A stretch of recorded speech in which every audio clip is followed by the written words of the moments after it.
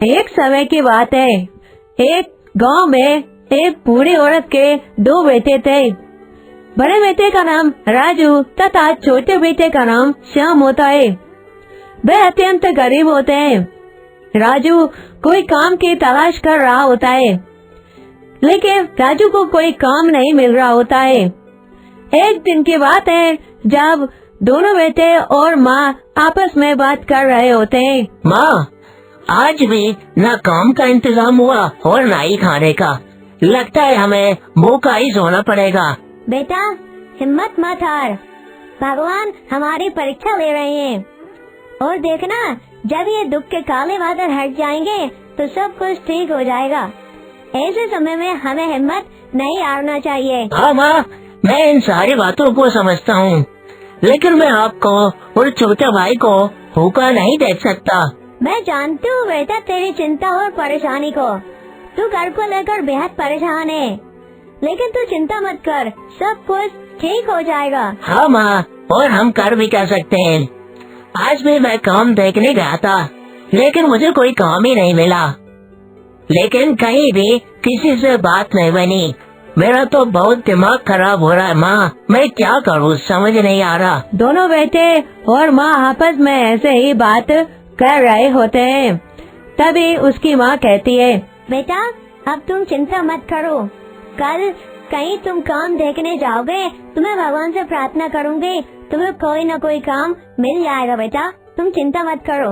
एक काम करो, तुम दोनों मुँह हाथ धो लो। सुबह जो हमने दाल भात बनाई थी वह थोड़ी बची हुई है। अभी के लिए हम वह खाकर सो जाते हैं, कल के हम कल देखेंगे। ठीक है माँ, अभी हम दाल भात खा लेते हैं। हाँ श्याम, हम अभी दाल भात खाएंगे। श्याम और राजू की बूढ़ी माँ दाल भात को हल्का सा गरम कर लेती है ताकि वह फ्रेश और खाने में स्वादिष्ट लगे। उसके बाद तीनों माँ बेटी मिलकर खाना खाते हैं और सो जाते हैं। अगले दिन सुबह होती है और राजू, माँ, मैं काम ढूंढने जा रहा हूँ। हो सकता है मुझे आने में देर हो जाए, तुम चिंता मत करना। ठीक है बेटा, अच्छे से जाना और अपना ध्यान रखना। राजू घर से बाहर काम ढूंढने के लिए निकल जाता है। वह कई दुकानदार और कई जगह जाता है काम मांगने के लिए। भैया, अगर आपकी दुकान में कोई काम हो जो मैं कर सकूं, मेरे लायक हो, तो मुझे काम पर रख लीजिए। देखिए भाई साहब, अभी ऐसी कोई जरूरत तो है नहीं। जरूरत पड़ेगी तो मैं जरूर आपको बुला लूंगा। फिलहाल के लिए आप जाइए। ऐसे ही करते करते राजू 2-3 जगह पर काम मांगता है, लेकिन उसे कहीं पर भी काम नहीं मिलता। वह बहुत उदास और निराश होकर एक पेड़ की छांव में बैठ जाता है और कहता है, हे भगवान, ये तू मेरी कैसी परीक्षा ले रहा है। अगर काम नहीं मिला तो हमारे घर का गुजारा कैसे होगा। मैं अपने माँ और छोटे भाई को इस तरह भूखे मरते हुए नहीं देख सकता। आज के बाद देख लो, 2 सूखे रोटी बची थी, वो भी माँ ने मुझे रख दी ताकि मैं भूखा न मरूं।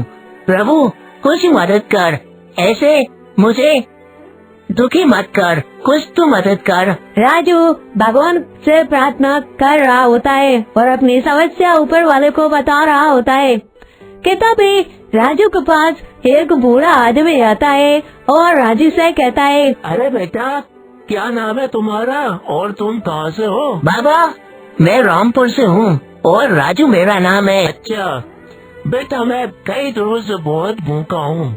क्या तुम्हारे पास कुछ खाने के लिए है?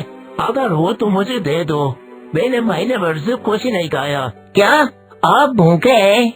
हाँ बेटा, मैंने महीने भर से कुछ नहीं खाया। राजू बेहद गरीब जरूर होता है, लेकिन उसके पास उसके माँ के दिए हुए संस्कार होते हैं। राजू बहुत ही नेक दिल होता है। राजू सोचता है कि हम तो खाना का इंतजाम कहीं न कहीं से कर ही लेंगे, लेकिन इन बूढ़े ने कभी महीने भर से खाना नहीं खाया है। राजू ऐसा सोचता है और वह खाना, वह सूखी 2 रोटी उस बूढ़े आदमी को दे देता है। लीजिए बाबा, मेरे पास अभी के लिए इतना ही है, मुझे माफ करना। कोई बात नहीं बेटा, तुम बहुत ही नेक दिल और दिल के साफ इंसान हो। तुम्हारे पास थोड़ा खाना था, तुमने वह भी मुझे दे दिया। इससे पता चलता है कि तुम बहुत ही ज्यादा ईमानदार और दिल के साफ व्यक्ति हो। मैं मुफ्त में तुम्हारा ये खाना नहीं लूंगा, इसके बदले मैं भी तुम्हें कुछ दूंगा। क्या आप भी मुझे कुछ देंगे?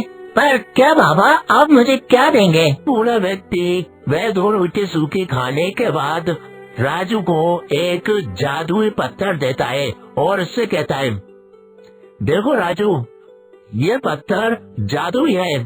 अगर तुम साफ दिल और ईमानदारी से इससे कुछ मांगोगे तो यह तुम्हारी एक इच्छा पूरी कर देगा।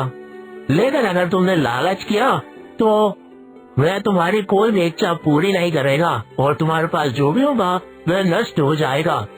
लेकिन मुझे लगता है कि तुम बहुत ही नेक दिल और ईमानदार व्यक्ति हो, इसलिए मैं तुम्हारी परीक्षा ले रहा था।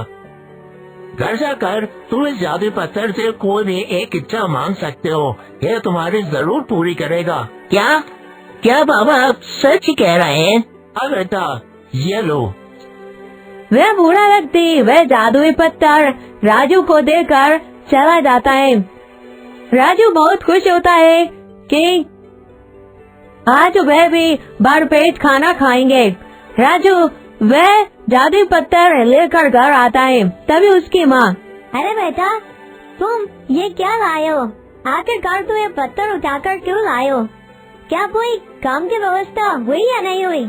माँ, मैं बताता हूँ, तुमको सब कुछ बताता हूँ। हाँ भैया, ये पत्थर कैसा है? क्या कोई खिलौना है जो आप मेरे लिए लाए हो? नहीं छोटे, ये कोई खिलौना नहीं, ये एक जादुई पत्थर है जो मुझे एक बाबा ने दिया है। राजू सारी कहानी अपनी माँ और भाई को बताता है कि कैसे वह बाबा उसकी परीक्षा लेने आया था और उस बूढ़े व्यक्ति ने जाते जाते उसे यह जादुई पत्थर दिया। हाँ, उस बूढ़े आदमी ने उसे कहा था कि अगर तुम सच्चे मन से इससे कोई भी ख्वाहिश या विश मांगोगे तो यह तुम्हारी एक इच्छा पूरी कर देगा। तभी राजू उस जादुई पत्थर से कहता है, हे जादुई पत्थर, अगर मैंने हमेशा ईमानदारी से काम किया हो और कोई बीमारी ना की हो तो मैं तो बस इतना ही चाहता हूँ कि सभी परिवार की तरह मेरा परिवार भी खुशहाल रहे, भूखा ना सोए और मेरे पास कोई अच्छा सा काम हो। मैं इससे ज्यादा और कुछ भी नहीं चाहता। जादुई से वहाँ पर अच्छा खाना आ जाता है, जिसे देखकर राजू की माँ और छोटा बेटा श्याम बहुत ज्यादा खुश होता है। तभी वह जादुई पत्थर कहता है, राजू, तुम एक बहुत ही ईमानदार और नेक दिल इंसान हो, इसलिए वह बूढ़े आदमी तुम्हारी परीक्षा लेने आए थे। मैं जादुई पत्थर हूँ, मैं हर किसी को नहीं मिलता। तुम बहुत ही ईमानदार हो, इसलिए मैं तुम्हारी ये एक इच्छा पूरी करता हूँ। कल तुम जब काम देखने जाओगे तो तुम्हें किसी दुकान पर काम मिल जाएगा और फिर तुम भी सुख समृद्धि से रहने लगोगे। इतना कहकर वह जादुई पत्थर गायब हो जाता है। स्वादिष्ट खाने को देखकर दोनों बेटे और उनकी माँ खाना खाना शुरू करते हैं। अगले दिन सुबह होती है और राजू कहीं काम देखने जाता है तो पहले ही दुकान पर जहाँ वो काम मांगता है वह उसको काम पर रख लेता है। राजू बहुत खुश होता है। अब राजू के पास भी रोजगार होता है और वह काम कर रहा होता है।